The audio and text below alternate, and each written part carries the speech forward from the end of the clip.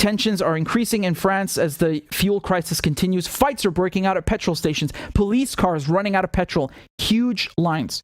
Cars in some districts now limited to fill maximum 30 liters, which is 8 gallons, and trucks a maximum of 120 liters or 32 gallons. I'm not laughing at this situation at all, but there's a really sick and tragic irony that all of these things that the West has imposed on Iran, on Syria, like the fuel shortages, electricity cuts, the lack of food. This is what sanctions do, right, in Syria.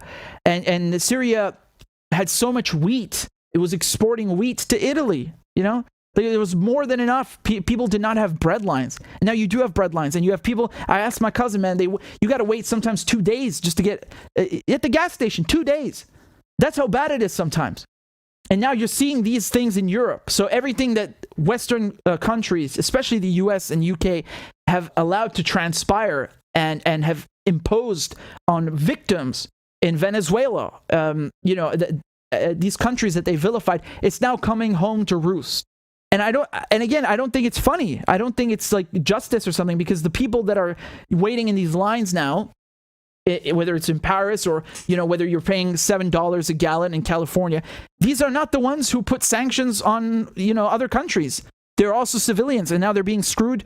But it's like the Western policies are coming home, And I'm really worried about this because, when people start getting hungry and, they can't make a living and they're cold, who knows what happens, man? There's going to be a lot of unrest. I really hope I'm wrong, by the way. I really hope I'm wrong. I'm worried about this escalation with nuclear war. I'm worried about these rising prices. And I mean, you know that I was already complaining and calling this stuff out when it wasn't happening in Europe and it was happening to the global south, as you know. The only thing I can hope for is that people in the West realize what's happening now, and their governments do that to other countries all the time and 10 times worse. And why they should impose sanctions. Because sanctions, it's warfare. And I hope people wake up to that. And I really hope I'm wrong. The last thing we need is nuclear war, and these prices need to come down. If these people were interested in a diplomatic solution, they would push for it. They're not. They're too busy making money. And when the price of fuel goes up, the price of electricity goes up, they're not affected. You know why? Because you pay for it.